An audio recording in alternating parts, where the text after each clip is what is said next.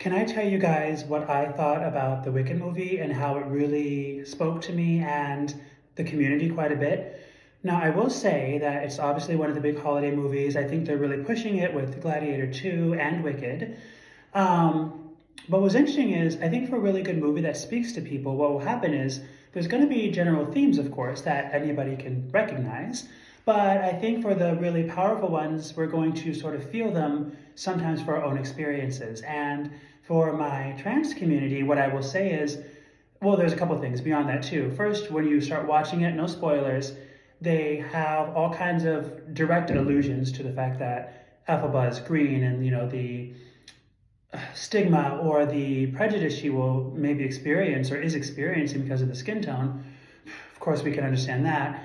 But then we go on to talk about, she's doing certain things in the movie. And again, I don't want to give you details in case you haven't seen it, but there's a common theme coming up about how people will often try to find a common enemy. And even when we try to do our best to be strong and say, we're trying to play by the rules of the game, it sometimes just feels so impossible to kind of get in a space where people accept.